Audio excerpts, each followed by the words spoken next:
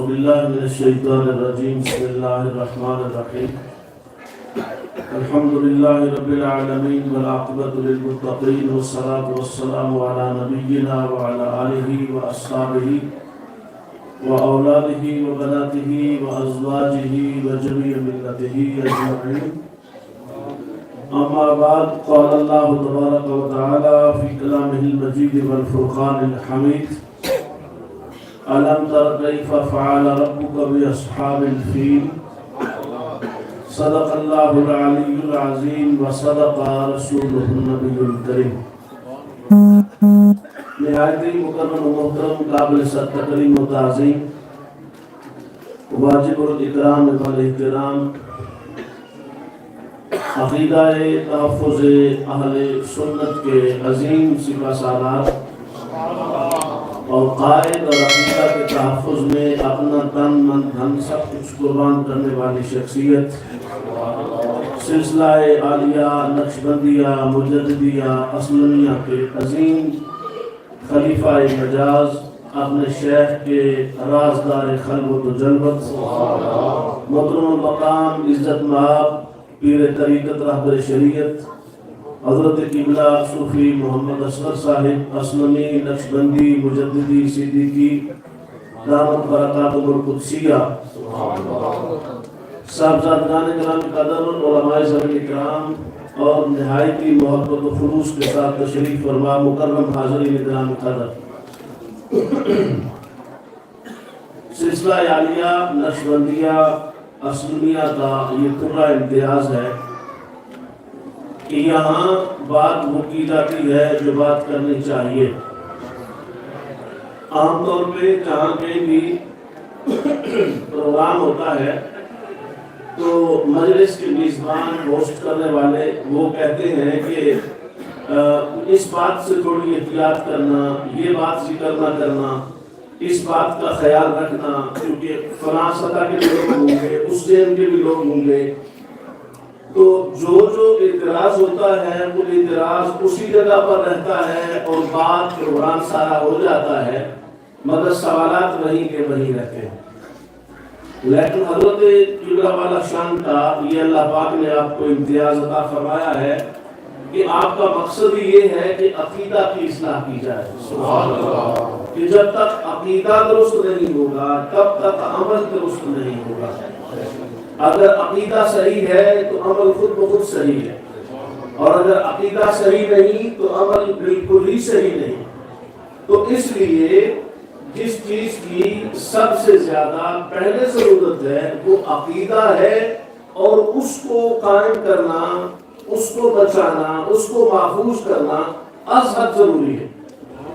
یہی وجہ ہے کہ حضرت والا شان جہاں جہاں بھی تشریف فرما ہوتے ہیں اپنی نجی گفتگو میں، محافل کی گفتگو میں، علماء کے ساتھ گفتگو میں، مجھے بھی جب آپ ارشاد فرماتے ہیں اپنی گفتگو کے دوران تو یہی آپ کو فکر ہوتی ہے کہ عقیدہ صحیح ہونا چاہیے۔ اب آپ کہیں گے کہ عقیدہ کیوں صحیح ہونا چاہیے؟ عقیدہ اس لیے صحیح ہونا چاہیے کہ اگر عقیدہ درست ہوگا تو عمل سارے کا سارا درست ہوگا، اور اگر عقیدہ درست نہیں تو عمل کتنا ہی زیادہ کثرت کے ساتھ ہو یا وسعت کے ساتھ ہو وہ رائے گا چلا جائے گا۔ اس کی مثال اس انداز سے دی گئی ہے کہ عقیدہ کی حیثیت عدد کی سی ہے اور عمل کی حیثیت وہ صفر کا جو ہوتا ہے نا، شروع کا آغاز صفر جس کو زیرو کہتے ہیں اس کی سی ہے۔ تو جس طرح صفر ہو اکیلا تو آپ 1000 صفر بھی لگا دیں اس کی کوئی قیمت نہیں، لیکن اس 1000 کی بجائے ایک صفر کے شروع میں کوئی عدد فگر لگا دیں تو اسی کی قیمت بن جاتی ہے۔ تو اس کا مطلب یہ ہوا کہ جیسے عدد کی اہمیت ہے ایسے ہی عقیدہ کی اہمیت ہے۔ اگر عدد اتار دیں گے صفر کی قیمت کوئی نہیں، اور اگر عدد لگا دیں گے تو جتنے صفر لگاتے جائیں گے اس کی قیمت بڑھتی چلی جائے گی۔ اگلا بات اس معاملہ میں یہ ہے کہ جس طرح صفر لگانے سے اس کی قیمت بڑھتی ہے اور عدد لگانے سے قیمت بنتی ہے، قیمت بنے نہیں تو بن نہیں سکتی۔ یہی عقیدہ کی مثال ہے۔ عقیدہ کے ہونے سے ایمان بنتا ہے اور عمل کرنے سے ایمان بڑھتا ہے۔ تو اگر بنے گا ہی نہیں تو بڑھ کیسے سکتا ہے؟ وجود ہوگا تو بڑھے گا، اور وجود کا تعلق عقیدہ کے ساتھ ہے۔ یہ جو میلاد شریف کا عنوان رکھا گیا ہے وہ بھی اس لیے رکھا گیا ہے کہ عقیدہ مضبوط ہو۔ سرکار صلی اللہ علیہ وسلم کا میلاد پاک کا ذکر جتنا زیادہ ہوگا اتنا عقیدہ مضبوط ہوگا۔ سبحان اللہ۔ کیونکہ عقیدے کا ذریعہ وسیلہ وہ سرکار پاک صلی اللہ علیہ وسلم کی ذات پاک ہے۔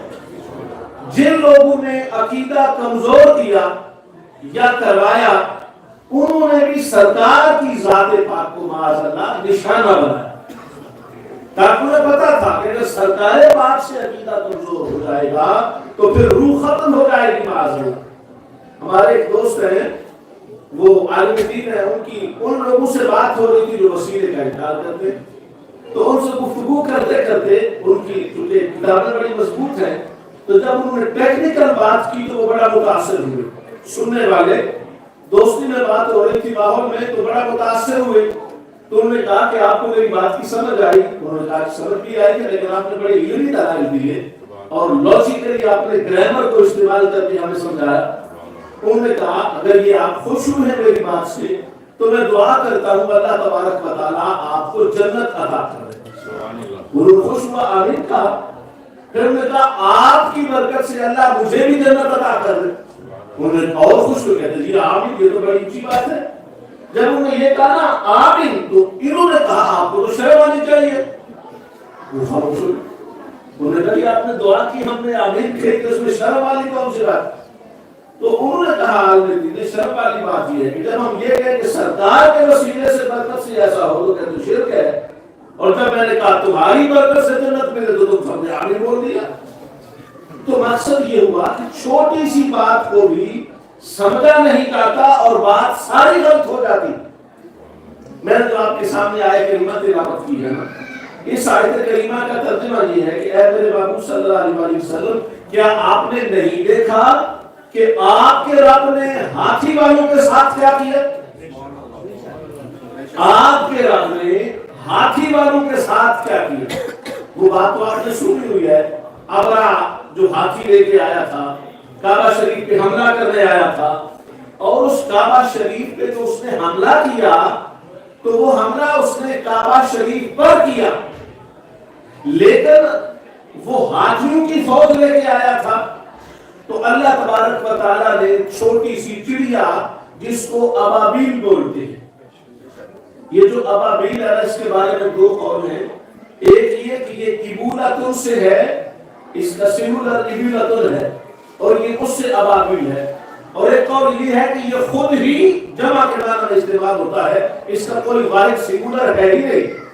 تو ہر جو بھی صورت ہو، ابابیل اس چھوٹے سے پرندے کو کہتے ہیں جو چڑیا کی طرح اسپیرو کی طرح ہوتا ہے، ان کو بھیج کر ہاتھیوں کو ختم کروایا۔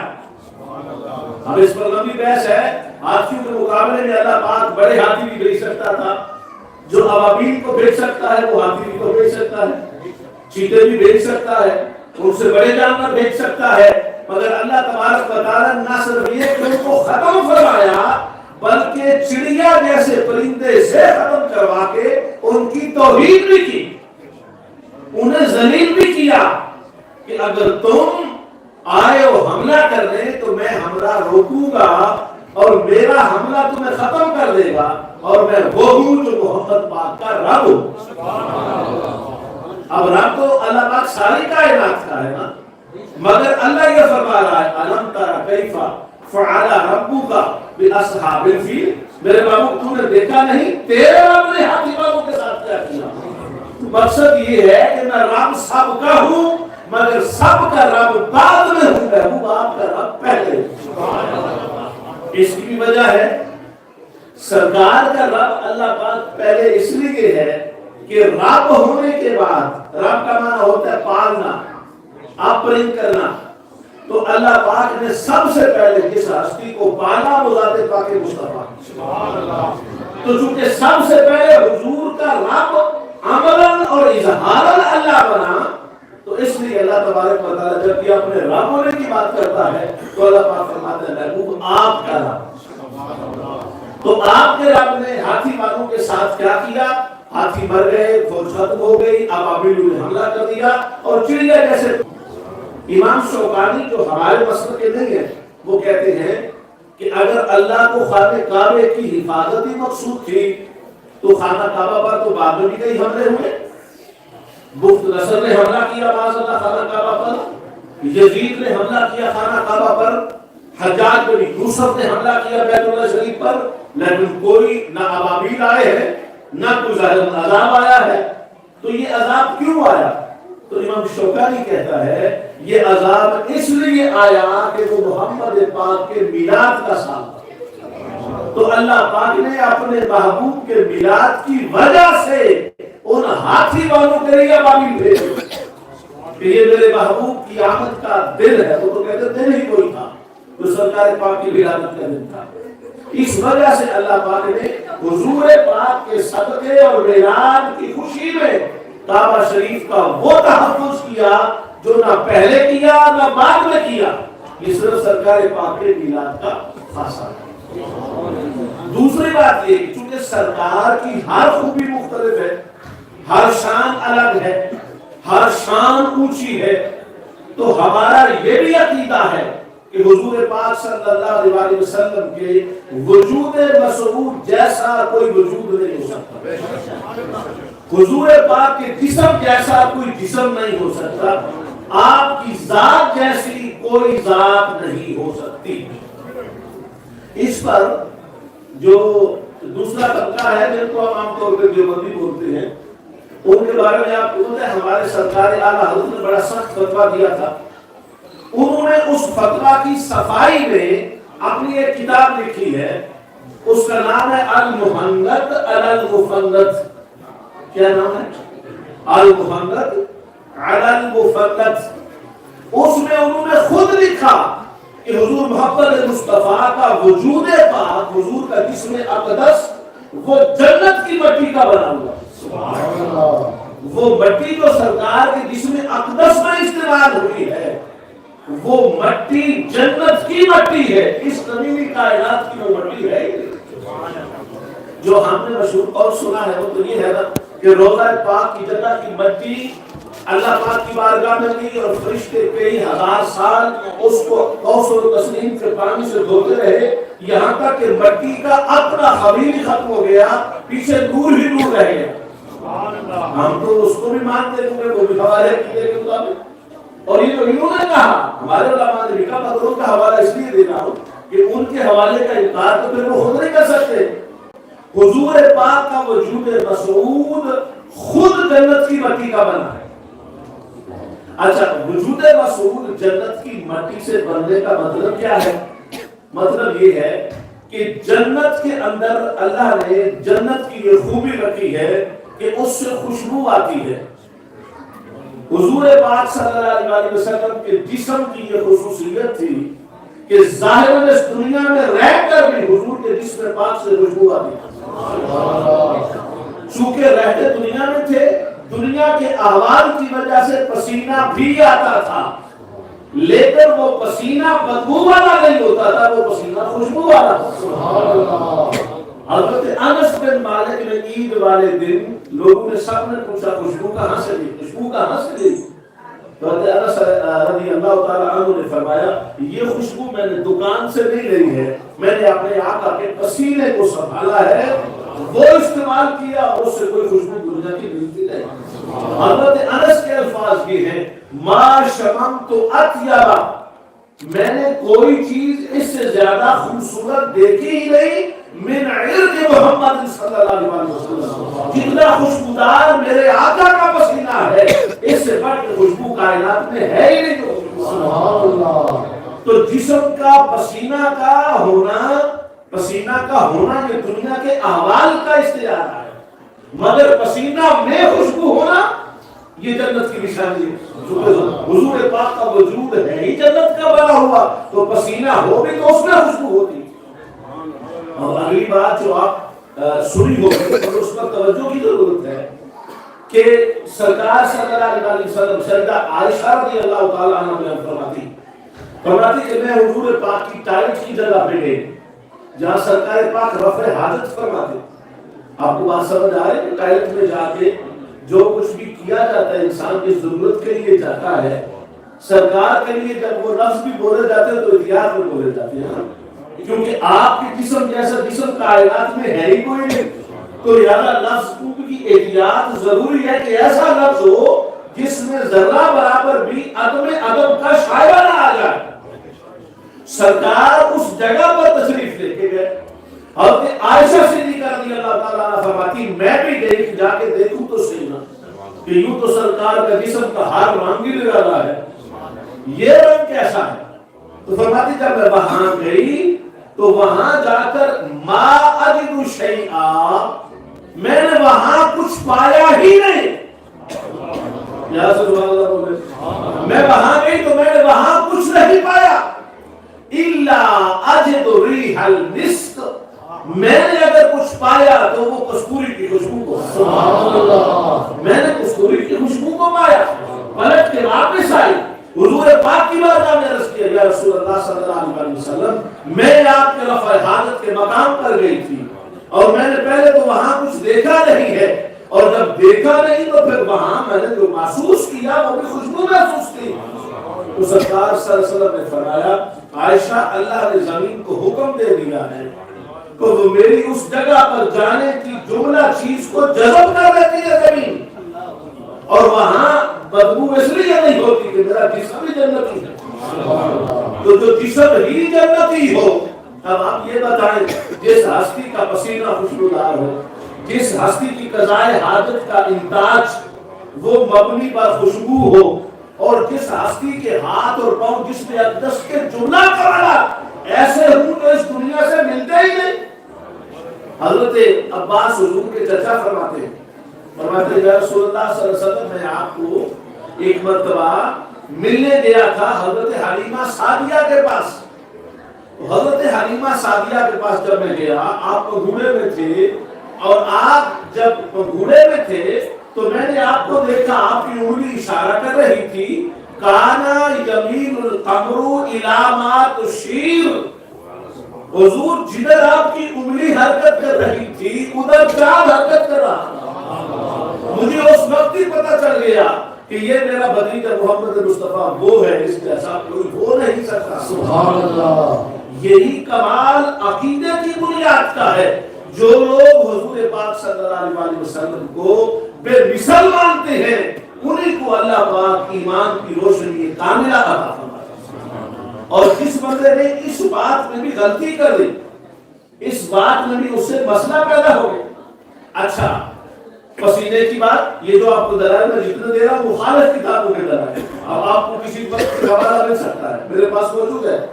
پسینہ خوشبودار ہے، قضائے حاجت کا مقام خوشبودار ہے.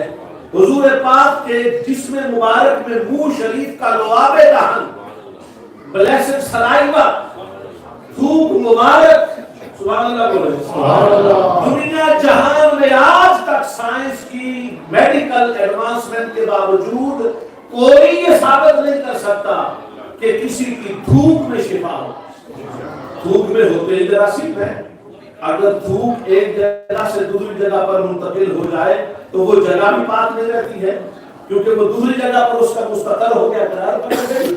لیکن سرکار کا لعاب دہن کا یہ کمال ہے کہ حضور پاک صلی اللہ علیہ وآلہ وسلم کے لعاب دہن حضرت علی کی آنکھ میں لگا تو وہ آنکھ ٹھیک ہو گئی، اور جناب صدیق پاک کے پاؤں مبارک پہ لگا تو وہ پاؤں ٹھیک ہو گئی. سبحان اللہ.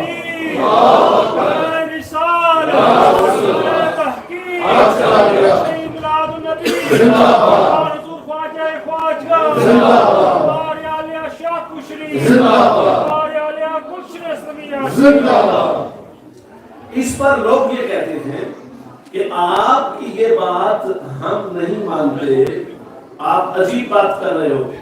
حضور پاک صلی اللہ علیہ وسلم کا لعاب دہن حضرت علی کی آنکھ میں لگے، یہ تو ویسے ہی ایک استعارہ کے طور پر بھی ادب کا کمال ہے کہ کسی کے تھوک کو آنکھ میں لے لیا جائے یا منہ میں لے لیا جائے، لیکن آپ یہ جو کہتے ہو نا جناب صدیق اکبر کی ایڑی پہ لگا ہے، یہ بات قابل توجہ ہے، یہ بات میں تم ادب نہیں کرتے ہو۔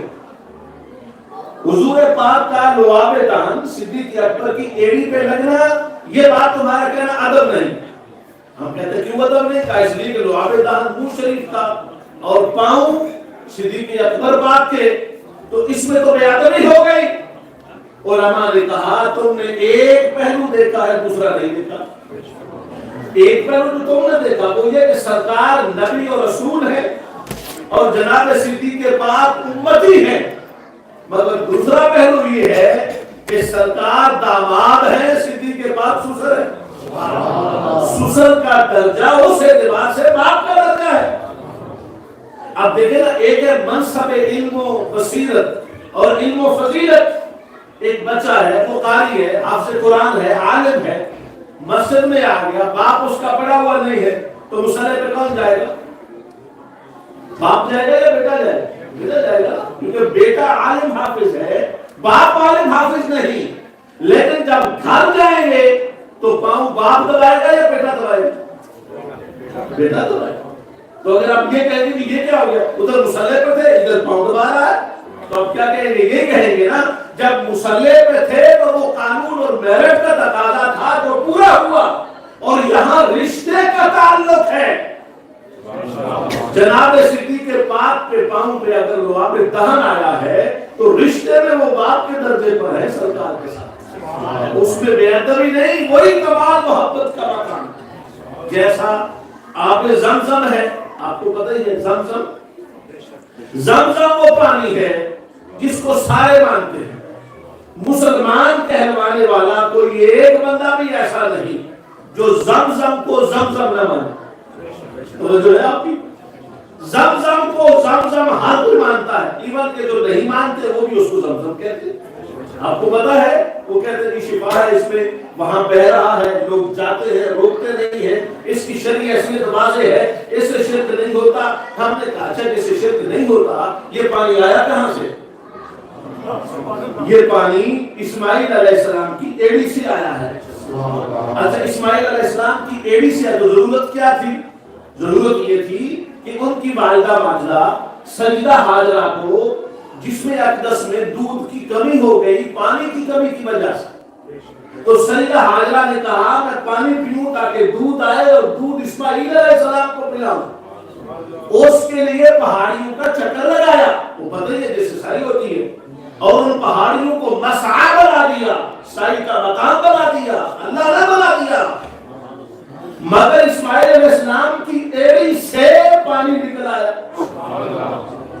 پتھر میں زمین پر ایڑی ماری، زمین سے پانی نکلا۔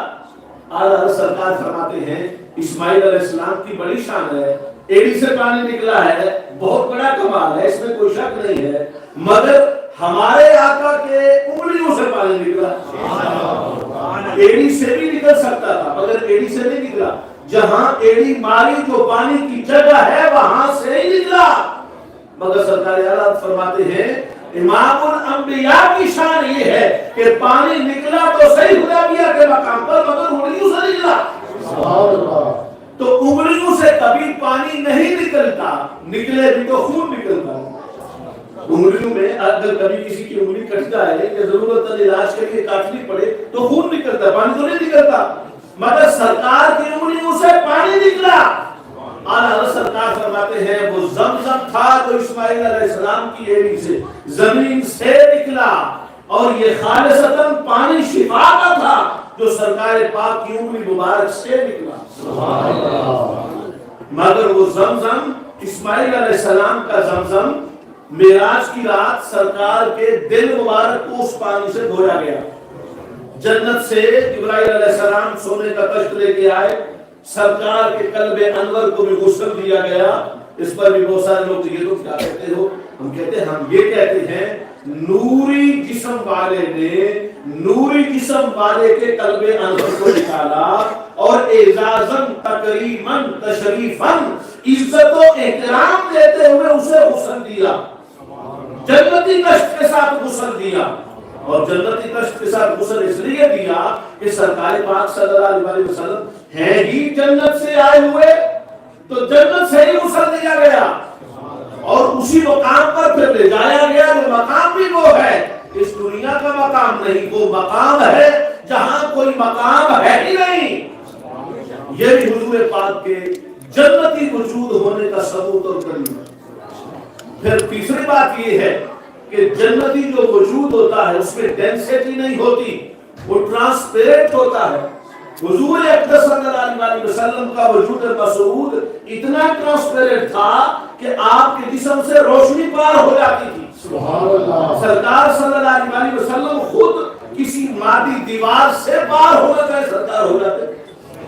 بلکہ امام زرقانی نے لکھا کہ جب ہجرت کی رات اس غار میں پہنچے، جو غار تھی آپ نے ماشاءاللہ صاحب نے سنی ہوئی ہے، اس غار پر پہنچے اور غار کے اندر چلے گئے تو اللہ تبارک و تعالیٰ نے وہ اس کو فاختہ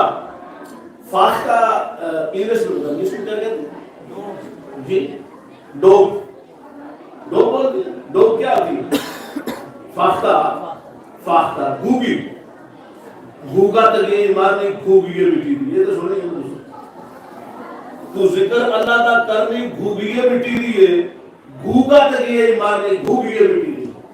یہ اشاروں کا انداز ہوتا ہے بات سکھانے کا. یعنی گوگی کا مطلب یہ ہے کہ مٹی کی بنی عارضی سی چیز ہے، بلا خط ختم ہونا ہے، استعارہ کو استعمال کیا. مگر اس فاختہ کو یہ کہا کہ تو گھونسلہ بنا، نیسٹ بنا غار کے اوپر. سرکار اندر چلے گئے، صدیق پاک اندر چلے گئے. اس فاختہ پرندے کو کہا کہ تو یہاں پہ گھونسلہ بنا. اور جو پیجن ہے نا، پیجن کا پتہ نہیں فیمیل کیا ہوتا ہے، شی پیجن ہوتا ہے جی، پیجن بھی ہوتا ہے. ٹھیک ہے، پیجن کو کبوتری کو کہا کہ تو egg they they. You have to lay the eggs in the nest just now at the very moment. ابھی یہاں انڈے دے. کبوتری نے نہیں کیا کہ انڈے ہون کی میں دے وہاں، ایک پروسیجر ہے انڈے آگا. پروسیجر تو ہے کوئی نہیں کہ اللہ پاک کی بات کا کنڈے کیوں رہے ہیں وہاں، اس تو نہیں آتے. آپ اس کو کہتے ہیں جڑا پیاد ہے ان پروسیجر کی لوڑ کوئی نہیں. تو اسی موقع پر فاختہ نے گھونسلہ نیسٹ بنایا، کبوتری نے انڈے دیے، اسپائڈر نے جالا بن دیا. یہ تین کام کیے. کس نے کیے؟ اللہ نے کیے. کیونکہ اللہ کے بغیر کوئی یہ کام کر نہیں سکتا. دیر اینڈ دین گھونسلہ بننا، انڈے آنا، پھر اوپر جالا اسپائڈر آ جانا، ویب بن جانا، یہ تینوں کام اللہ نے اپنی شان کے مطابق اسی وقت نو لیمٹ آف ٹائم مکمل کروائے. مگر کیوں کروائے؟ اس لیے کروائے کہ جو آ رہے ہیں نا حضور پاک کا تعاقب کرتے ہوئے، چیزیں کرتے ہوئے، ان کو پتا چلے کہ یہ جو گھونسلہ ہے یہ بھی کئی دن لگتے ہیں تو گھونسلہ بنتا ہے، پھر کئی دن لگتے ہیں تو انڈے آتے ہیں، پھر کئی ہفتے لگتے ہیں تو جالا بنتا ہے. اس کا مطلب یہ ہے کہ آج کل میں تو کوئی اندر گیا نہیں ہے.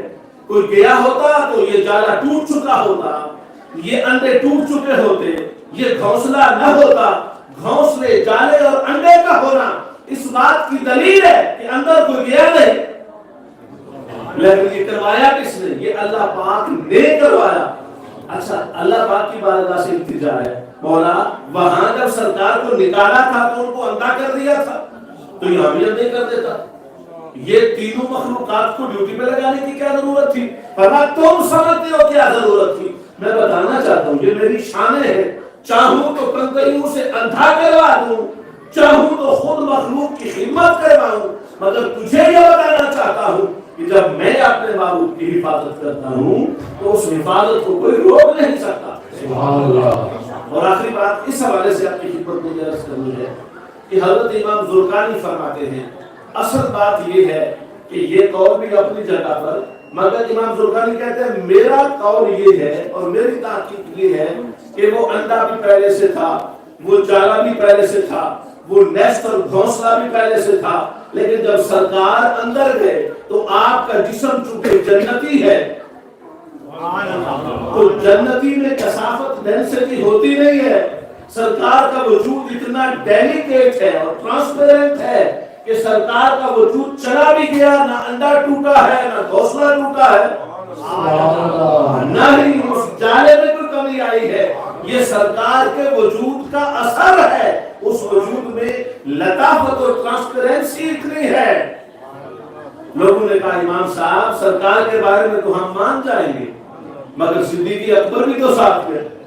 امام برقانی فرماتے ہیں ہاں صدیق اکبر رضی اللہ تعالی عنہ ساتھ گئے، لیکن حضور کے آس پاس جو چل چل کر صدیق پاک نے خدمت اور نوکری کی تھی اس کا اثر یہ ہوا کہ صدیق اکبر کا وجود بھی ٹرانسپیرنٹ ہو گیا.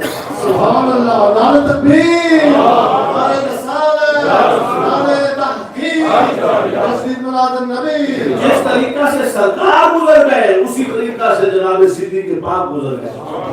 تو حاصل یہ ٹھہرا آج کی ہمارے کلام کا کہ اللہ پاک نے اپنے محبوب کے وجود کو جنتی بنایا ہے، اور جنتی ہونے کا مطلب یہ ہے کہ اس وجود جیسا وجود کائنات میں کوئی نہیں ہو سکتا. اللہ نے اس وجود کو پوری کائنات میں شان ممتاز پر قائم فرمایا ہے. اور سلسلہ عالیہ نقشبندیہ مجددیہ اسمیہ کا یہ نقطہ نظر اور مطمع کمال ہے کہ ہم نے اس عقیدے کی بہار کو دنیا میں پھیلا. اور میں یہ سمجھتا ہوں مسلک اہل سنت میں حضرت قبلہ صوفی مصطفیٰ صوفی محمد اصغر صاحب دامت برکاتہ القدسیہ کا یہ بہت بڑا کنٹریبیوشن ہے. یا نہ صرف یہ یو کے میں بلکہ پوری دنیا میں عقیدہ حقہ کی آواز لگا رہے ہیں، صدا کو عام کر رہے ہیں اور ہر خاص و عام کو بتا رہے ہیں کہ سارا کچھ ہو سکتا ہے مگر عقیدہ سچ کو عقیدہ جھوٹ سے ملایا نہیں. اور ہم خوش قسمت ہیں آپ اور میں، ہم حضرت کے ساتھ اس قافلہ صحت عقیدہ اور تحفظ عقیدہ میں حضرت کی رہنمائی میں ساتھ ہیں. اللہ پاک حضرت کو کامیابیاں عطا فرمائے اور دین مدین کی اس مشن عظیم کو مقبول و منظور فرمائے. وعلیہ